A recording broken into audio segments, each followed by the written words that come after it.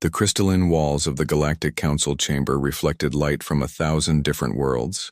Ambassador Sarah Chen stood at the human podium, her hands folded neatly in front of her as she delivered her monthly report. Around her, representatives from hundreds of alien species sat in their designated sections, some listening, most not bothering to pay attention. Earth's colony on Proxima Threed has exceeded production quotas by 12%, Chen said, her voice steady and calm. We continue to honor all trade agreements and look forward to expanded partnerships. In the Vrex section, High Commander Kethral lounged in his seat, his forearms crossed over his armored chest. The Vrex were tall, standing nearly 8 feet with thick scales that could turn away most projectile weapons. They had ruled a third of the galaxy for over 1,000 years. Kethral found the human ambassador boring. Humans were small, weak creatures who talked too much and fought too little. The human speaks again, one of his subordinates whispered. Always so polite, so careful with words. Kethral nodded. They know their place. 50 years in our community and they still act like grateful children. He pulled up a holographic display, reviewing military reports. Our plans for the Outer Rim colonies proceed as scheduled. The humans will surrender those worlds without firing a shot. Across the chamber, the Kalari chorus occupied an entire section. They were not individuals, but parts of a hive mind. Thousands of bodies sharing one consciousness. The chorus viewed emotions as weakness, and humans were perhaps the most emotional species they had encountered. When humans laughed or cried or showed anger, the Kalari felt disgust. Ambassador Chen finished her report and stepped down. As she walked through the corridors afterward, several representatives from smaller species approached her quietly. These were members of the Free Worlds, species that had suffered under Vrex expansion for centuries. Ambassador Chen, a small, bird-like alien named Chirik, spoke softly. We heard rumors. The Vrex are moving ships toward your colonies. Chen stopped walking. Her expression did not change, but her eyes grew harder. We are aware. Will Earth respond? Another asked, a being that looked like walking crystals. Will you fight? Chen looked at each of them carefully. We have been part of this community for 50 years. In that time we have followed every law, honored every agreement, and offered friendship to all who would accept it. We have asked very little in return except to be left in peace. But the Vrex do not leave anyone in peace, Chirik said, his voice sad. They take what they want. Yes, Chen agreed. They do. She paused, choosing her next words carefully. Please deliver a message to the Council for me. Tell them that humanity has been very patient. Tell them not to mistake our restraint for weakness.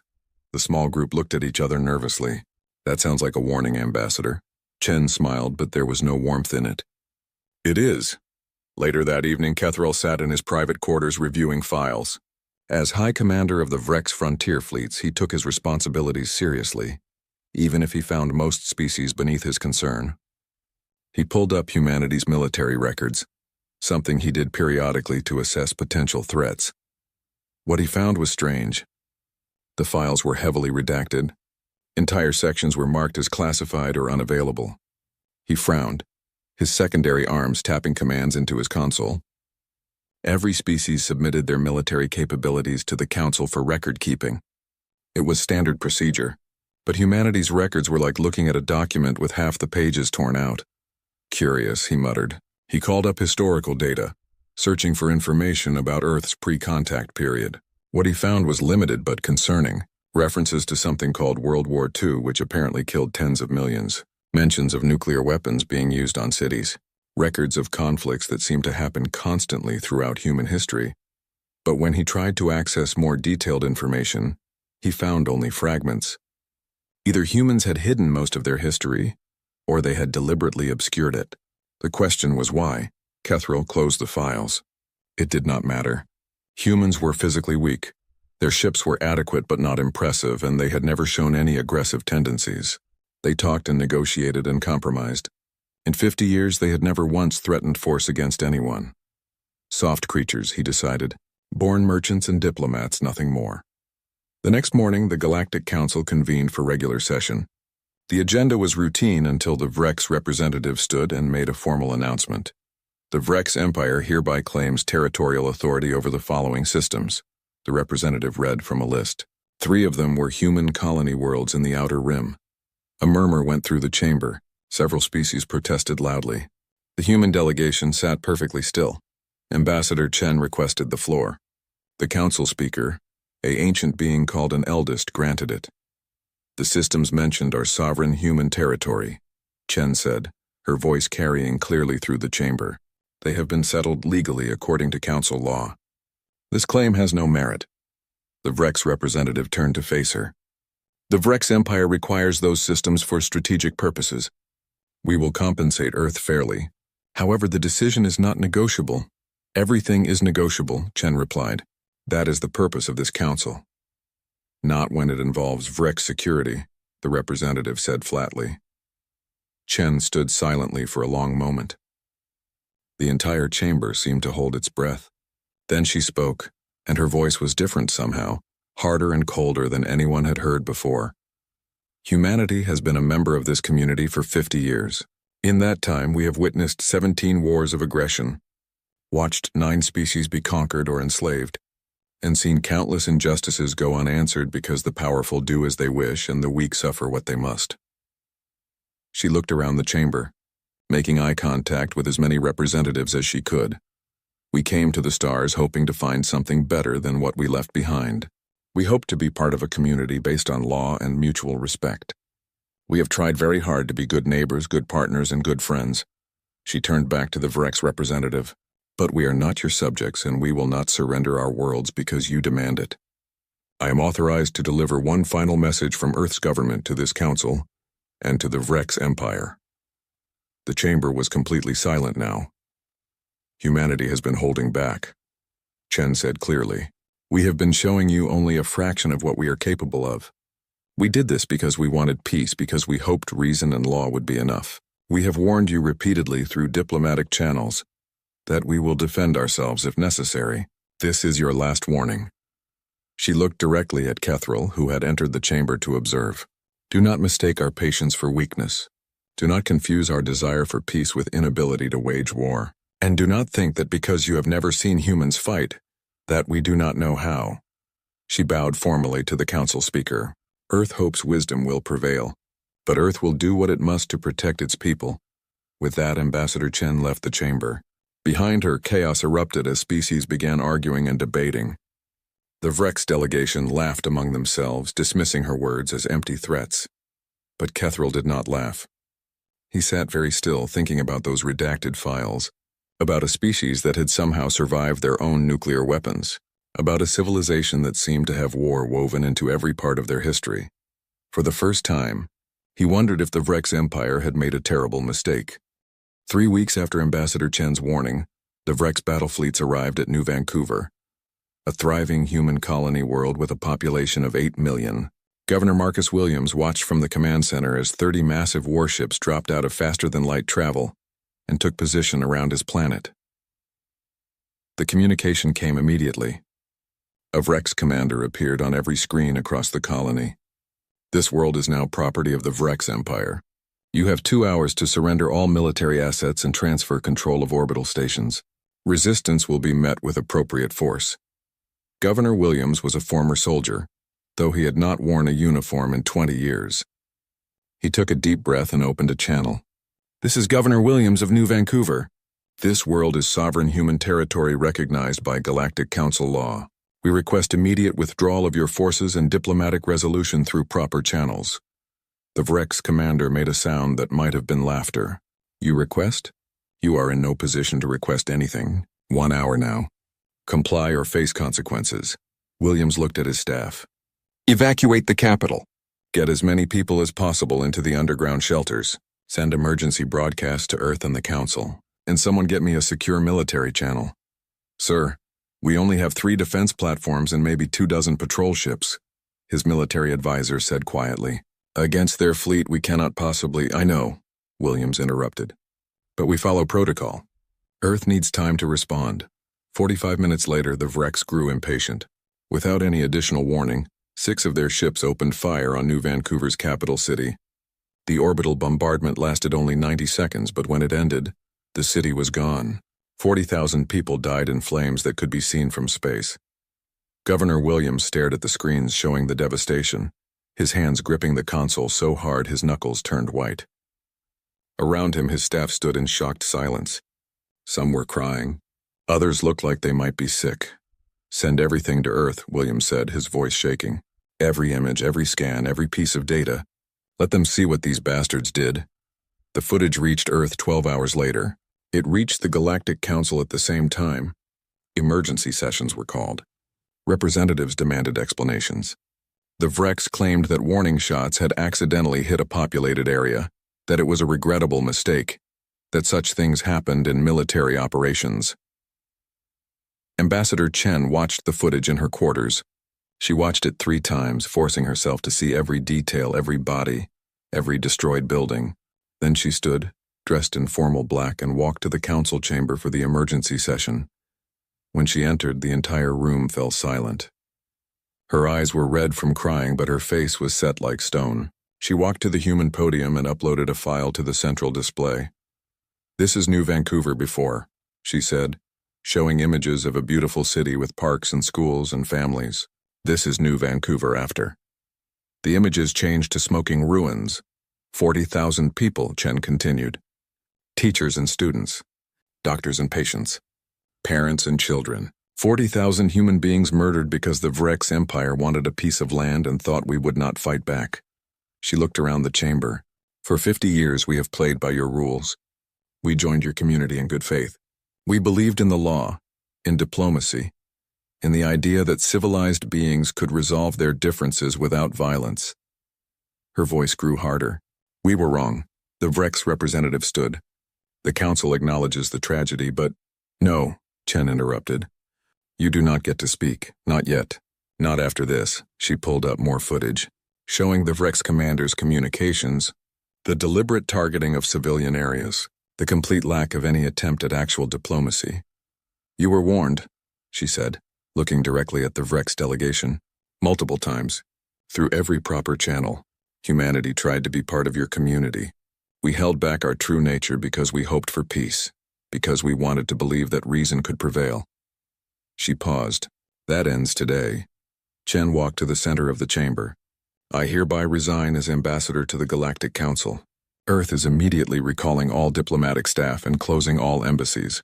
All human vessels will return to human-controlled space. All trade agreements are suspended indefinitely. And to the Vrex Empire we say this: you wanted war. Now you have it." She turned and walked out of the chamber. Behind her, chaos erupted. Species shouted at each other. The Vrex delegation demanded order. The Kalari chorus called for calm, but Chen did not look back. Across human space, things began to change. On colony worlds, civilian spaceports suddenly emptied as millions of humans disappeared from public view. Ships that had been carrying cargo were suddenly unavailable.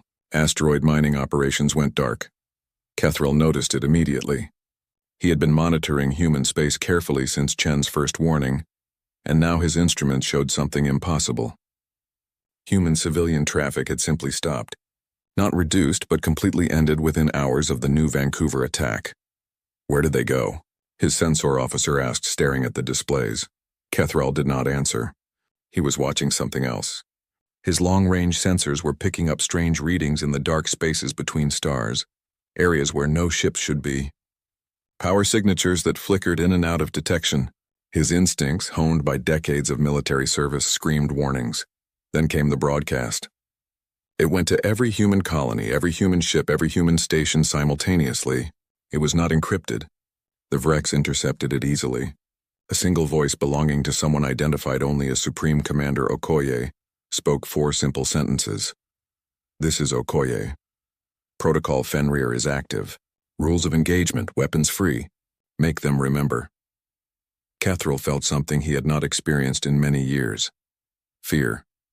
He immediately began pulling every file he could access about human history, about human capabilities, about anything that might explain what was happening. What he found terrified him. Fragments of information about wars that lasted years and killed millions. References to weapons that could destroy entire cities in seconds. Records of humans fighting each other with such intensity that they developed entirely new sciences just to kill more efficiently. And then he found a particular document, partially translated from human languages. It was titled The Art of War, and it was over 2,000 years old. Humans had been writing instruction manuals about warfare for millennia. "What have we done?" Kethril whispered. On New Vancouver, Governor Williams received new orders. The message was brief. "Governor Williams, you are hereby promoted to Colonel Williams. Activate Defense Protocol 7. Earth fleet arrives in 72 hours. Hold until then. Make them pay for what they took." Williams looked at his staff and smiled for the first time since the bombardment. "Get me all military personnel.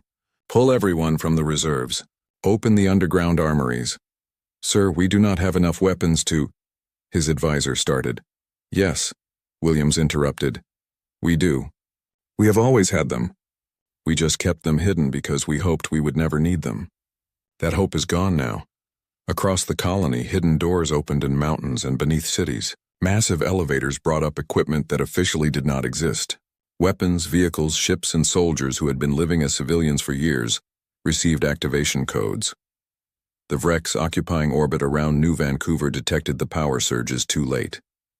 The first surface-to-space missiles caught their ships completely by surprise. These were not the simple defensive weapons the Vrex had expected. These were military-grade hunter-killers, and they had been designed specifically to counter Vrex armor. In the first 5 minutes, humanity destroyed 4 Vrex capital ships. The remaining fleet scrambled to respond, but they were fighting an enemy they did not understand, using tactics they had never encountered. On Earth, Admiral Marcus Okoye stood in the command center deep beneath Geneva. Around him, officers coordinated with fleets that had been hiding in the dark for decades. Ships that looked like civilian transports detached their outer hulls, revealing warships underneath. Mining stations became weapons platforms. Science vessels became command carriers. "All fleets report ready, sir," an officer said. Okoye looked at the tactical display showing the entire galaxy. Red marks indicated Vrex positions. Blue marks showed human forces, far more numerous than anyone outside Earth's military command had known existed. "Then let us teach them," Okoye said quietly, "what humanity learned in 10,000 years of war. Let us show them why we tried so desperately to leave that knowledge behind, and let them understand that they left us no choice." He took a deep breath. "All fleets, you are weapons-free. Show no mercy to those who show none. Protect our people, avenge our dead, and make the galaxy remember why you do not awaken a sleeping monster." The orders went out. Across human space, warships began to move. The galaxy was about to learn a terrible lesson about what happens when you push humanity too far. The Vrex supply depot at Callus 7 served 3 entire battle fleets. It was massive, heavily defended, and considered completely secure. Commander Vexroth had commanded the station for 8 years without incident. When his sensors detected ships approaching, he assumed they were Vrex vessels returning from patrol. He was wrong. 16 human warships dropped out of faster-than-light travel at close range, far closer than any sane commander would risk. Before Vexroth could even sound the alarm, the human ships unleashed everything they had. Missiles, energy weapons, and kinetic rounds struck the station's defense platform simultaneously. "Return fire," Vexroth shouted, but his crew was already trying. The problem was that human ships moved differently than anything they had encountered. They did not maintain formation or follow predictable attack patterns. Instead, they scattered and reformed constantly, each ship seeming to act independently while somehow coordinating perfectly. 3 human ships broke away from the main group and accelerated directly toward the station. Vexroth's weapons opened fire, destroying one of the ships. The other 2 did not slow down. They crashed into the station's main hangar at full speed, their hulls rupturing and spilling dozens of armored figures into the interior corridors. "Boarding parties," someone shouted. "They are using suicide runs to board us." But the ships had not been piloted by anyone. They had been remotely controlled, flown by artificial intelligence while human Marines rode inside protected capsules. Now those Marines were inside the station, and they were nothing like the soft merchants and diplomats the Vrex had encountered before. The human soldiers moved through the corridors in small teams, using weapons that seemed specifically designed to defeat Vrex armor. They threw devices that stuck to walls and created directed explosions. They used gases that ate through Vrex environmental suits. They fought with a brutality and efficiency that shocked the defenders. In space, the remaining human ships continued their assault. One Vrex cruiser managed to land a solid hit on a human destroyer, tearing through its armor and venting atmosphere. The human ship did not retreat. Instead, it accelerated toward the Vrex cruiser, positioning itself broadside and unleashed every weapon it had at point-blank range. Both ships were destroyed in the exchange, but the Vrex lost a cruiser while the human ship had already been crippled. "They do not value their own lives," Vexroth said in horror. "They trade themselves for us without hesitation." But that was not quite true. The human Marines inside the station fought with absolute determination to survive. They used cover expertly, coordinated their attacks perfectly, and showed tactical knowledge that seemed impossible for such a young species. What Vexroth did not understand was that humans valued their lives very much. They simply valued victory and protecting their people more. The battle for Callus 7 lasted 6 hours. When it ended, the station was destroyed, 3 Vrex capital ships were gone, and the supply lines for an entire frontier fleet were cut. The humans lost 4 ships and 70 Marines. To the Vrex, it seemed like a Pyrrhic victory at best. To the humans, it was exactly what they had planned. Across the frontier, similar battles erupted. Vrex commanders found themselves fighting an enemy that seemed to know their every tactic, their every weakness, their every predictable response. What they did not know was that humanity had been studying Vrex military doctrine for 50 years. Preparing for this exact scenario, High Commander Kethril received reports from a dozen battle zones, and every report was worse than the last. The Vrex were losing ships, stations, and entire systems, and that was not even the worst part. The worst part was the psychological warfare. Human ships broadcast constantly during battles. Sometimes it was music, harsh and aggressive sounds that the Vrex had never heard before. Sometimes it was voices, speaking in languages no translator could understand, chanting and shouting with such intensity that it disrupted Vrex crew coordination. Sometimes it was just noise, carefully crafted to interfere with Vrex communication frequencies. One recording that played repeatedly sounded like thousands of humans all shouting at once, their voices mixing into a sound that felt primal and terrifying. Vrex soldiers who heard it reported feeling actual fear for the first time in their military careers. Kethril requested a translation of one particular broadcast. What came back made him close his secondary eyes in dismay. It was from something humans called a Viking war chant, over 1,000 years old. The translation was simple. "We are coming. We are death, run." "They are using their own history against us," Kethril said to his staff. "They are weaponizing fear itself." The Kalari chorus attempted to counter humanity's chaotic tactics with perfect coordination. The chorus controlled thousands of ships as if they were one being, moving in precise formations, anticipating each other's actions through their hive mind connection. Against most species, it was devastatingly effective. Against humans, it was a weakness. Human fighter pilots operated independently, making decisions in fractions of a second based on instinct and training. They did not coordinate through complex communication. They did not need to plan every move. They simply reacted, each pilot bringing their own unique approach to combat. The Kalari chorus could not predict chaos. When a human pilot did something reckless, something that made no tactical sense, something that even other humans would call crazy, the chorus had no protocol for response. Their perfect coordination became paralysis as they tried to understand the illogical. In one famous battle, a human pilot named Sarah Kim found herself out of ammunition and being pursued by 6 Kalari fighters. She did not retreat. Instead, she flew directly at the largest enemy ship, a destroyer, while broadcasting heavy metal music at maximum volume. The Kalari pilots connected to the chorus all heard the same disturbing noise simultaneously. Kim crashed her fighter into the destroyer's communication array, destroying it. The array was what allowed the Kalari ships in that area to maintain their hive mind connection. Suddenly, dozens of Kalari ships found themselves cut off from the chorus, operating as individuals for the first time in their lives. They panicked. Some froze completely. Others began firing at random. A few tried to reconnect with the chorus and flew directly into friendly ships. In 10 minutes, the Kalari formation collapsed completely. Human reinforcements arrived and destroyed the confused enemy vessels with ease. Kim ejected from her fighter 1 second before impact and was recovered by a rescue ship. She became a legend among human pilots, and her tactic was immediately copied across the fleet. The Kalari learned very quickly to fear human fighters, not because they were better, but because they were absolutely unpredictable. 3 weeks into the war, Kethril found himself promoted again. His superior officers had been killed in a human ambush. He was now commanding an entire fleet group, responsible for defending a crucial sector of Rex space. He spent his nights studying human history, trying to understand what his people had awakened. What he found was a catalog of horrors. Humans had fought each other for 10,000 years. They had created weapons capable of destroying their entire planet. They had written countless books about strategy and tactics and war. They had a saying that Kethril found particularly disturbing. If you want peace, prepare for war.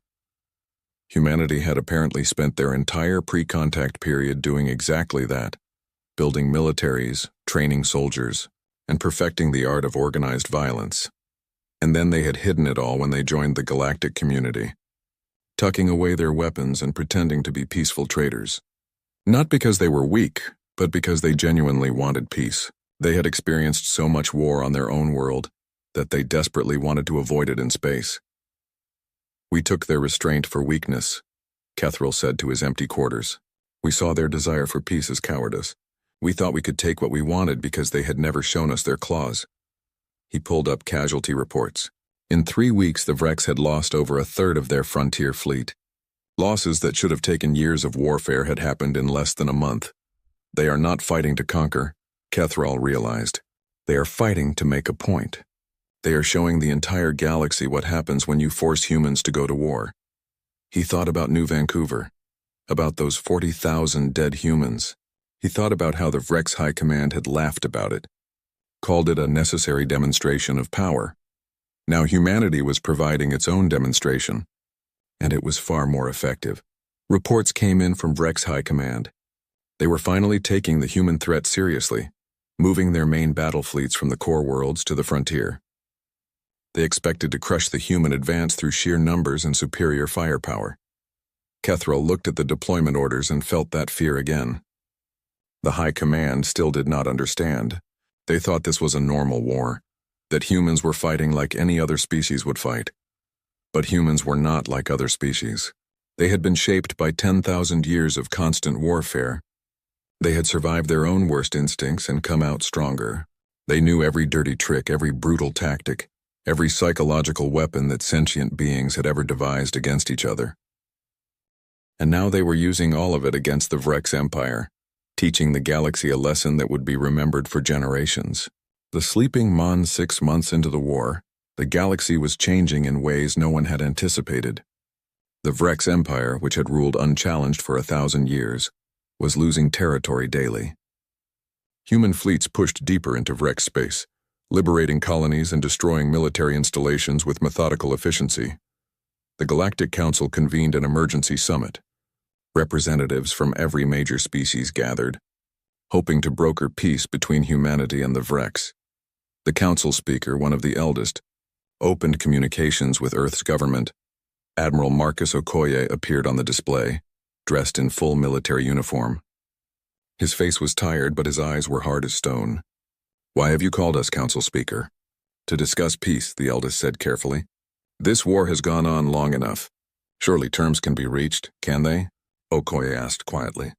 Where was the council when the Vrex murdered 40,000 civilians? Where were the peace talks then? Where was the outrage, the sanctions, the demand for justice? The chamber fell silent. Many representatives looked away, unable to meet the human admiral's gaze. "You watched them kill our children," Okoye continued, his voice growing colder. "You did nothing. Some of you offered empty sympathies. Most of you simply moved on to the next item on your agenda. And now that we are winning, now you want peace talks." "Admiral," the Vrex representative stood, "the Empire is willing to discuss reparations, territorial adjustments." "You are willing to discuss surrender terms," Okoye interrupted. "And we will accept nothing less than complete and unconditional surrender. This ends when we say it ends, not before." The communication cut off. The council chamber erupted in argument. Half the species present were terrified of humanity's ruthlessness. The other half were quietly pleased to see the Vrex brought low. High Commander Kethril watched the proceedings from his flagship. He had been recalled to the core worlds to help coordinate the defense of the Empire's most important systems. Around him, the Vrex military machine prepared for humanity's inevitable advance. But Kethril knew it was hopeless. He had studied enough human history now to understand what was happening. Humanity was not just fighting a military campaign. They were sending a message to the entire galaxy, demonstrating what happened to anyone who attacked them. He had found records of human conflicts with names like World War II, where over 70 million people died. He had read about something called the Battle of Stalingrad, where humans fought each other building by building, room by room for months. He had learned about Hiroshima and Nagasaki, cities destroyed in seconds by weapons so terrible that humans themselves had agreed never to use them again. And he understood finally that humanity had joined the galactic community hoping to escape their violent past. They had hidden their true military capabilities not from weakness but from shame, from a genuine desire to be better than they had been. We forced them to remember what they were, Kethril said to himself.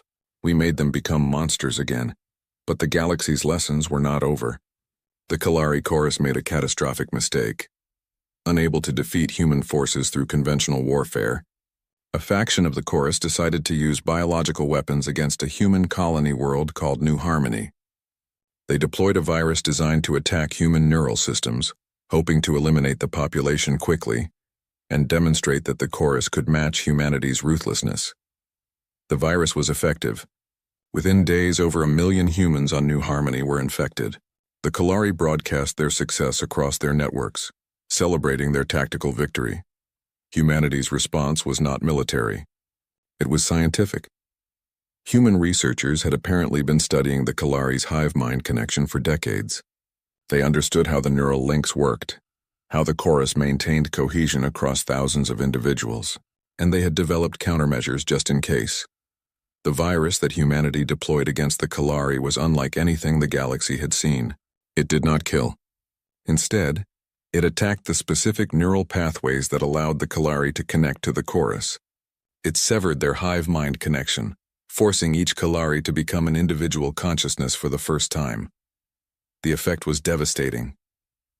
Tens of thousands of Kalari suddenly found themselves alone in their own minds, experiencing individual thoughts and emotions without the guidance of the Chorus. Many went insane immediately. Others experienced something like trauma, unable to cope with the sudden isolation. The Kalari Chorus fractured into hundreds of smaller groups, each trying desperately to maintain some form of connection. Their military coordination collapsed. Ships crashed into each other.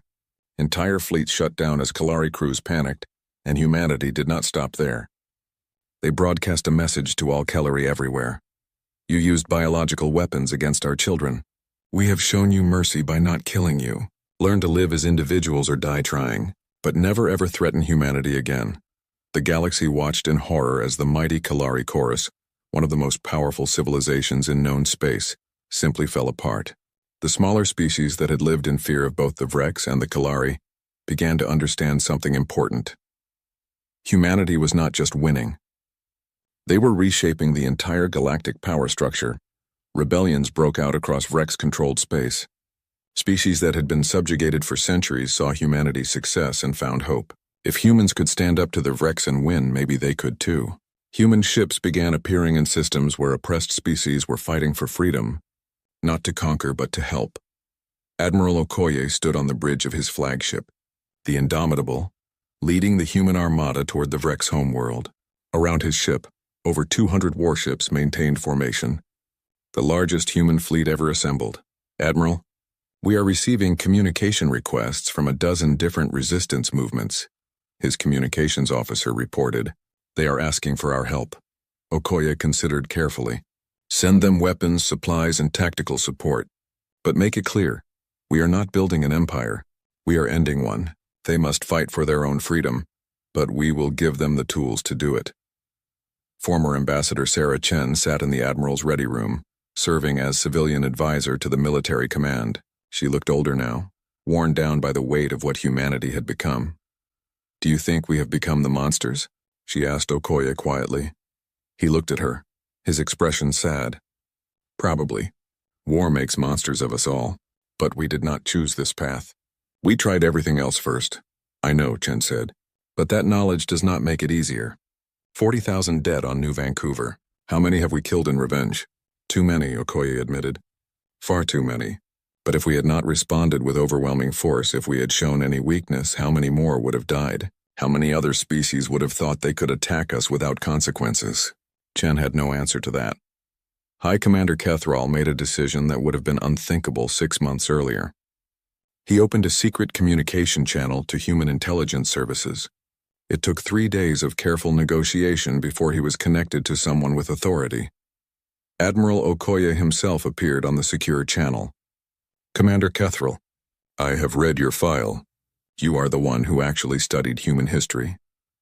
I am, Kethral said, and that is why I am contacting you. Admiral, the Vrex High Command will not surrender. They would rather see our homeworld burn than admit defeat. Then it will burn, Okoye said simply. It does not have to, Kethral argued. There are many in the Vrex military who understand what our leadership did was wrong. We have formed a coalition. Military officers who want to end this war before more lives are lost on both sides. Okoye studied the Vrex commander for a long moment. What are you proposing? A military coup, Kethral said bluntly. We will remove the High Command and surrender the Empire to your terms. But we need guarantees that humanity will not destroy our homeworld, that our species will survive. Why should we trust you? Okoye asked. Kethral thought about the question carefully. Because I have spent 6 months studying your people. I know about your wars, your weapons, your capacity for violence. But I also learned something else. I learned that humans value honor, that you keep your word, and that you do not commit genocide even against enemies who deserve it. He paused. I am betting my life and my entire species on that being true. Admiral Okoye was silent for a long time. Finally he spoke. You have 72 hours. Remove your high command. Surrender the Empire unconditionally. Turn over everyone responsible for the New Vancouver massacre. Do this and humanity will show mercy. And if we fail? Kethral asked. Then I will keep my promise to make the galaxy remember what happens when you attack us, Okoye said coldly. Your homeworld will be the lesson. The communication ended. Kethral looked at his fellow conspirators, other Vrex military officers who had gathered in secret. We have 3 days to save our civilization. The galaxy held its breath, watching as the human armada moved inexorably toward the Vrex homeworld, wondering whether there would be peace or annihilation. Humanity had shown everyone what they were capable of. Now they would show whether mercy was also part of their nature. The human armada dropped out of faster-than-light travel at the edge of the Vrex home system. Over 200 warships, battle-hardened and ready, faced the last major defensive fleet the Vrex Empire could assemble. Tensions were so high that a single mistake could trigger the most devastating battle the galaxy had ever seen. Admiral Okoye sat in his command chair, watching the tactical displays. His finger hovered over the firing authorization, ready to give the order that would begin the assault on the Vrex homeworld. Then his communications officer spoke urgently. Admiral, we are receiving a transmission. It is High Commander Kethral. He says the situation has changed. Okoye gestured for the communication to be opened. Kethral appeared on the screen and he looked exhausted.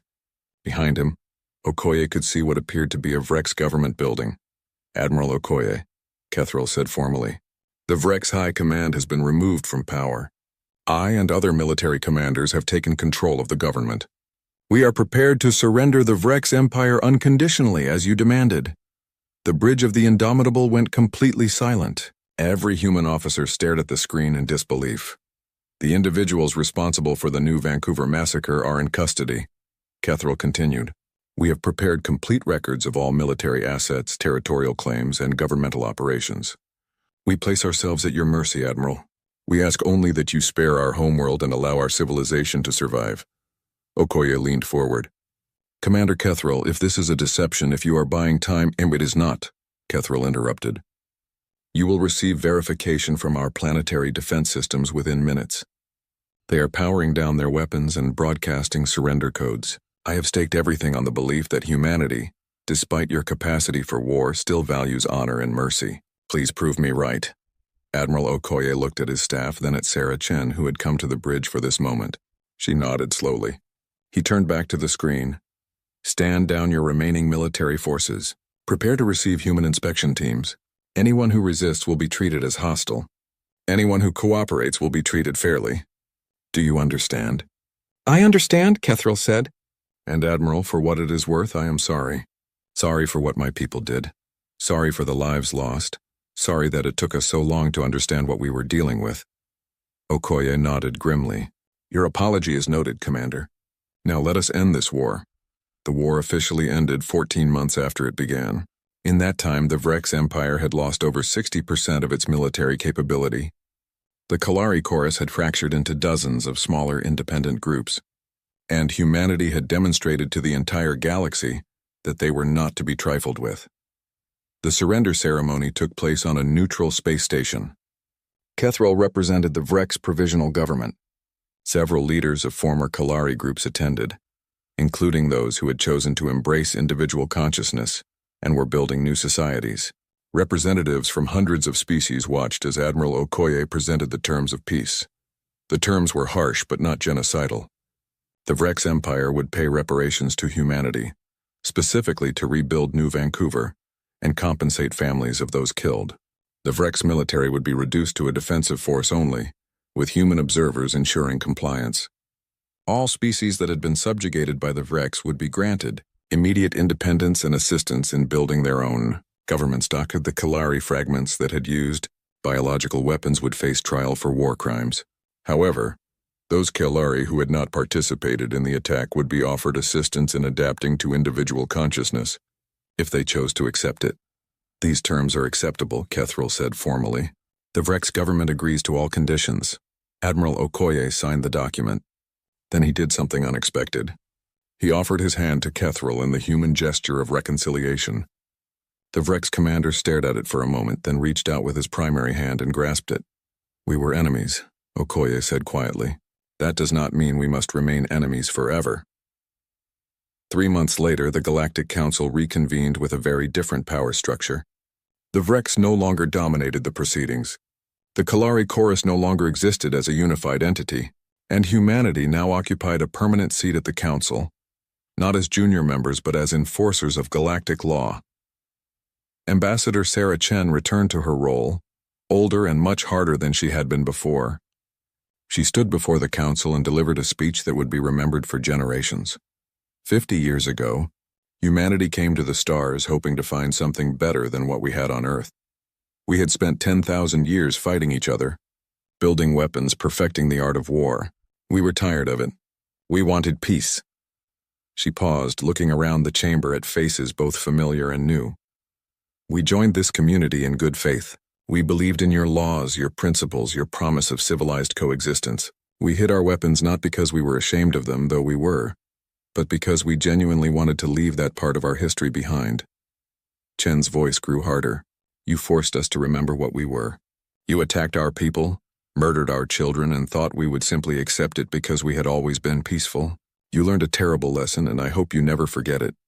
She pulled up images on the central display showing rebuilt colonies, memorial sites, and the aftermath of war. 40,000 people died on New Vancouver. Tens of thousands more died in the war that followed. Both sides paid a price that should never have been necessary. Humanity is establishing new protocols for this council. Chen continued.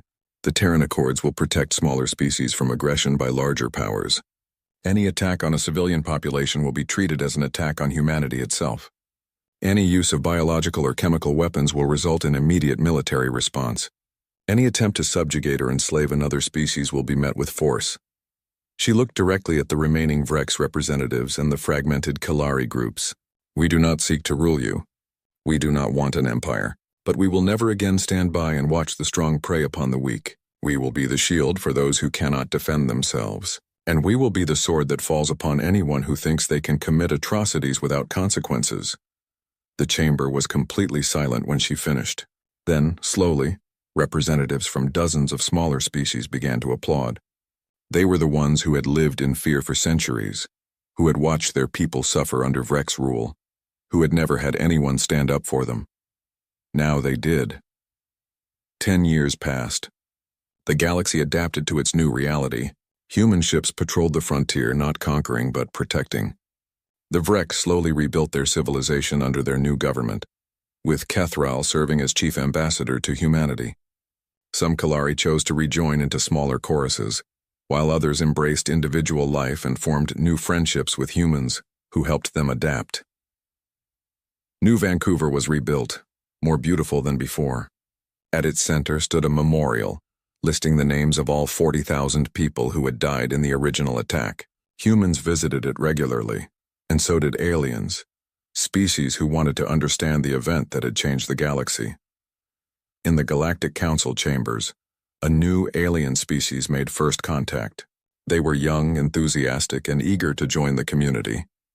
They asked many questions about the various species, their cultures, their capabilities. Finally, one of them asked the question that everyone always asked eventually. What makes humans so special? Why does everyone treat them differently? Ambassador Chen, now in her 70s and looking forward to retirement, smiled sadly at the question. She had heard it 1,000 times. Humans are special because we learned to be peaceful, not because we did not know how to make war, but because we knew it too well. She said softly, "We are the species that spent 10,000 years perfecting violence, then chose to put down our weapons and seek a better path. We came to the stars hoping to escape our nature." She looked at the memorial image of New Vancouver that she kept on her desk. "But when we were forced to remember what we were, when our children were threatened, we showed the galaxy what humans are really capable of. We are capable of great compassion and terrible violence. We are capable of building beautiful things and destroying them completely. We are capable of forgiveness and of vengeance." The young alien looked confused. "But which are you really?" Chen considered the question carefully. "We are both. We are everything. That is what makes us human. We contain multitudes, contradictions, the capacity for good and evil in equal measure. We choose every day which part of our nature to express." She stood and walked to the window, looking out at the stars. The galaxy learned a hard lesson. Never mistake kindness for weakness. Never think that because someone seeks peace they do not know war, and never ever threaten someone's children and expect mercy.